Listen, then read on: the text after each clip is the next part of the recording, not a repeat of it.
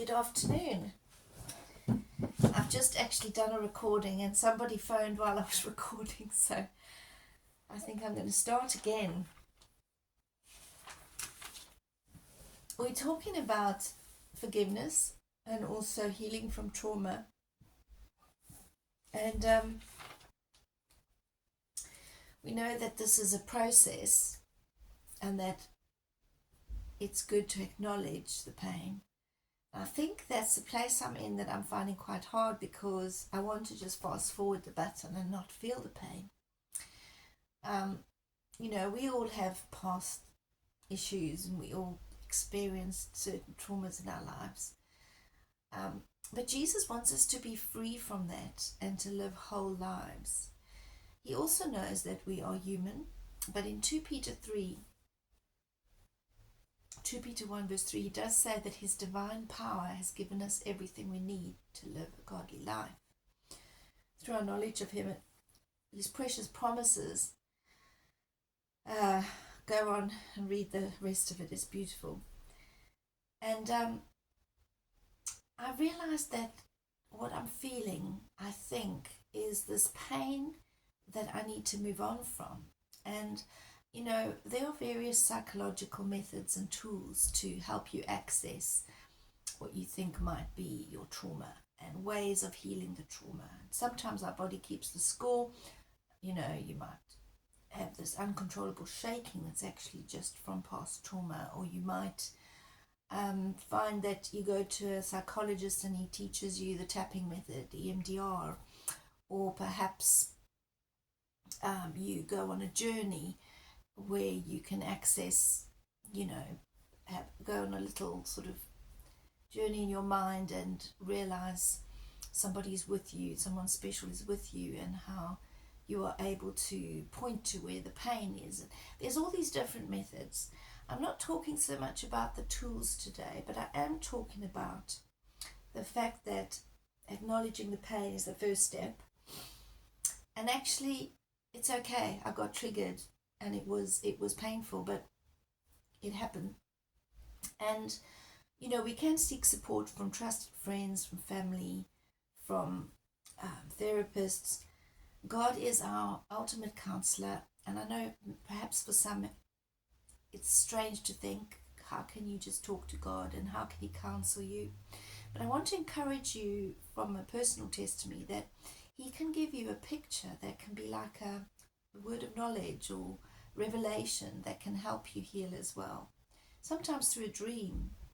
I'll give you an example. Let's pretend your brother used to lock you in a cupboard and it really traumatized you.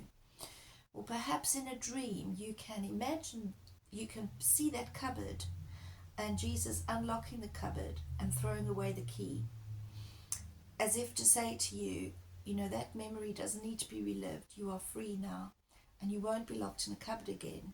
And spiritually, you won't need to be locked in your mind, that thought that someone else is controlling you. And then, letting go of that resentment, releasing the negative emotions that are often towards ourselves and others, can then help that step of healing. So we know it's a process. For some it takes much longer than for others, which could be also based on different methods, but to me the Spirit also is a gentleman and reveals things to you at different times so that you can cope with that bit of healing. When we seek support, we also get to a point of learning to let go. And I think this is the hardest part for me, is letting go.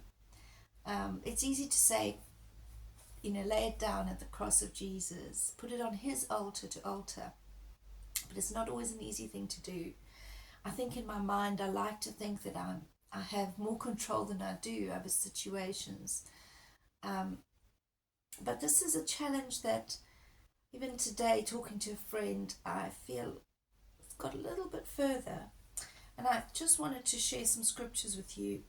Matthew 6 verse 14 says, "For if you forgive other people when they sin against you, your heavenly Father will also forgive you."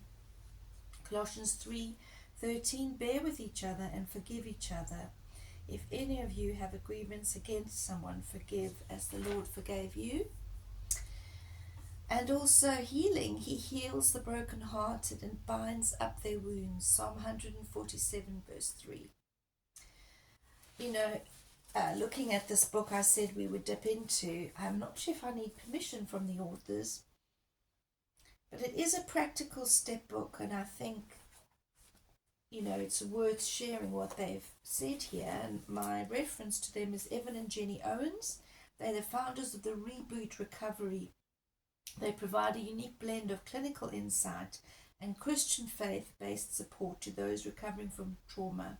Jenny is an occupational therapist specializing in traumatic brain injury and post-traumatic stress. And Evan is the executive director and primary content creator for Reboot Recovery.